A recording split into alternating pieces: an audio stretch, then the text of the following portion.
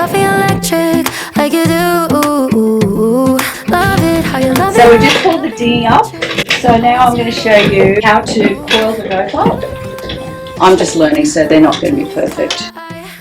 I get to the end and make sure I've got just enough tail, so that's pretty much right. Now I'm going to pull this around like this and loop it a couple of times. Then I'm going to push that through like that and pull the tail through so that it's easy to undo. So when you undo it, all you have to do is pull that if you're in a rush. Then I'm going to do cross hitch, which is the most important knot on the boat, I think. And now we've got everything nice and tidy and tied up in what do you call this? Coiled rope. A coiled rope. Then we do a cross hitch on this railing. Cross hitch, go across again, and then you pull the tail through where you just came. And then pull it nice and tight. And then you could always tighten it off like that for double security. Safe, let's get going. Okay, let's go sailing.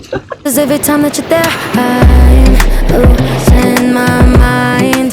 Oh, and I'm hot over the moon. You know that you got me good. I'm not even mad. I need The you. wind's just died. I thought I'd show you a ship shank. That's another really important knot.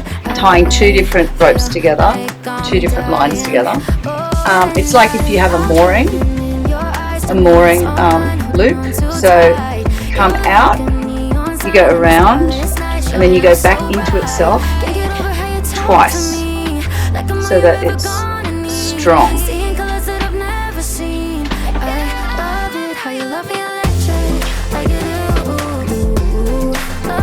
And that's a really strong ship shank.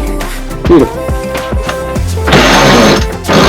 So at the end of these lines, so that they don't go through, we tie a figure of 8.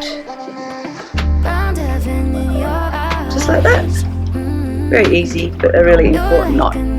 So bright, can't get over how you talk to me.